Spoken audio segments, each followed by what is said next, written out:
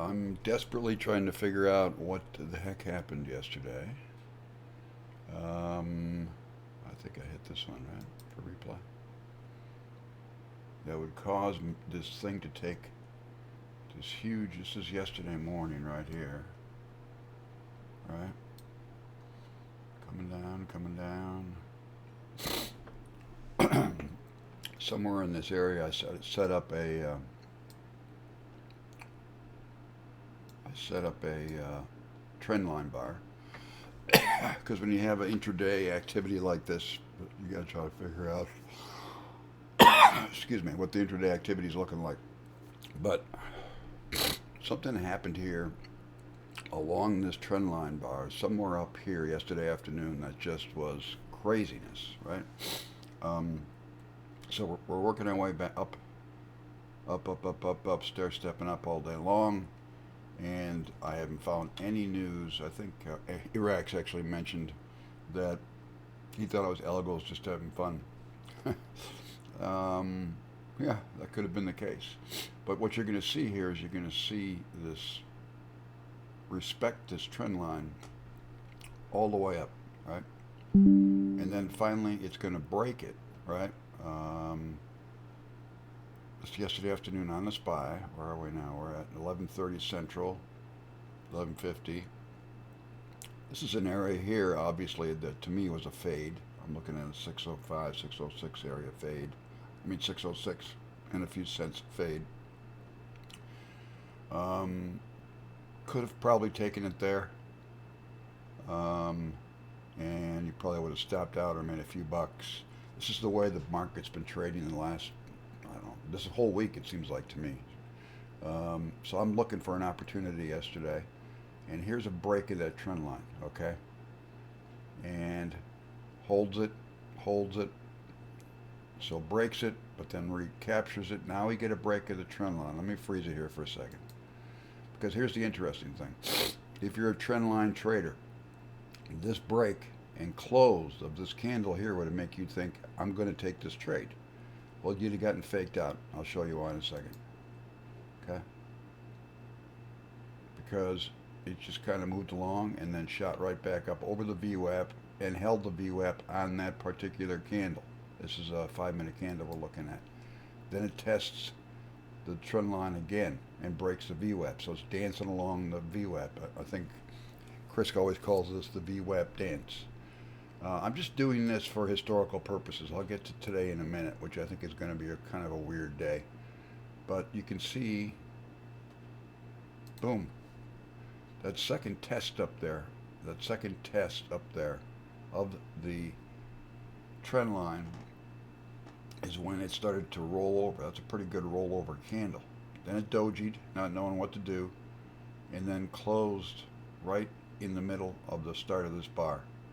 Now we're way under the trend line, so I'm not saying this is a setup, because the setup would have been here, and then would have had to trust that it stayed under that trend line and eventually rolled over. The way it was trading, I did not take this trade, okay? But the interesting thing you're going to see in a second, which I'll show you, which would have been an opportunity off of this move yesterday. This was a huge SPX move, by the way. But let's go ahead and let it finish off. Boom. Stop it there. Look at that candle. These are two 5-minute candles. So you're talking about 605.15 to 602.64. That's a huge move in a 10-minute time frame.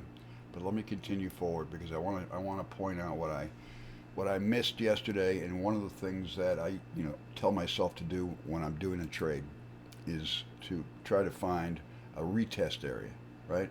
So where was the retest area?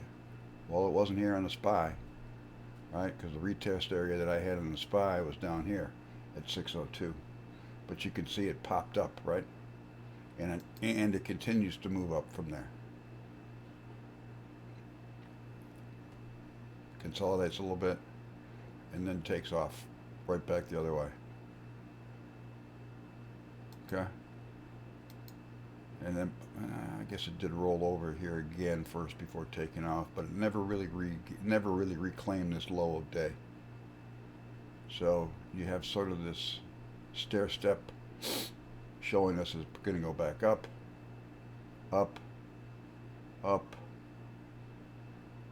and almost, I think the end of this video is somewhere up here where it actually breaks high of day, right at the close, which is 20 minutes away from where we are right now on the time scale. Broke through the VWAP, boom, there it is. Okay, there it is, right at 2:55, 5 minutes before the close. Now, what I want to mention is that when you see something like this is a major displacement. What did this show up as a fair value gap? On the 5 minute, it doesn't show it as a reclaimed fair value gap. What's it show in the 10 minute? Nothing. 15, nothing. 30, nothing. Fair value gap reclaim would have been down here, so that particular strategy wouldn't have worked.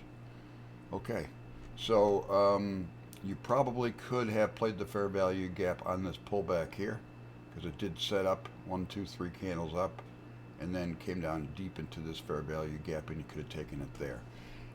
Not an A+ setup, but it's there. But one of the things I want to point out is look at where we are here at 602.62. Now, one of the things that you should look at when you're looking for a reversal trade down near support, but it didn't quite get there yet, is compare this price level to the other indexes. And you'll see on SPX yesterday. Okay? Here's what we're looking at right here. 602.62 lines up with 660.40, 860.47 on SPX, and shows us from the previous day an area of support, right? Broke through, retested, resistance, resistance, resistance, broke through, resistance, retested, up, retested, up, retested, retested. That would have been the spot you could have looked at to grab for a retrace back to the upside. Doesn't necessarily mean it'll work. You obviously have a stop. Stop would have probably been down here somewhere at about 60.42 if you're playing SPX. Let's look at ES once.